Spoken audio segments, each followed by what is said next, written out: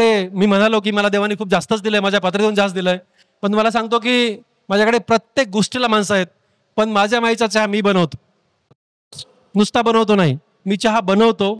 बायकोला एक विनंती केली आहे, चहा पावडर, दूध आणि साखर आणि ते पातेलं ही एका ठिकाणी ठेवायला सांगायचं आमच्या त्या मावशीला. इतकं काम दररोज तिने संध्याकाळी जाताना करून जायचं. मी सकाळी तिला चहा बनवतो, मस्त बनवून तो प्लेटमध्ये घेऊन त्याला फुंकून थंड करून टेम्परेचर लावून तिला पाजवतो.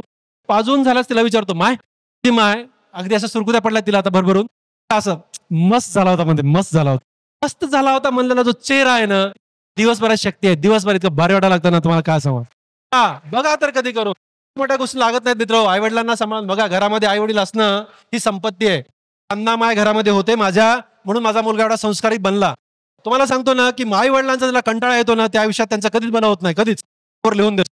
त्यांना आई वडील आवडत नाहीत, काय आवडणार आहे, त्यांचं भलं करू शकत नाही, ते कुणाचं भलं करणार आहेत. माय आणि बाप घरात असण्याला बँकेचे मी असेट म्हणतो. बँकेत किती पैसे ती मॅटर करत नाही, करतं तुमच्या घरात तुमचा माय आणि बाप असला पाहिजे. आई वडील संस्कृती संस्कृती आहे तुम्हाला, आणि त्यांचा फायदा असतो. तीही आई वडील रागावले ना, अदरवाईज घ्यायचं नाही.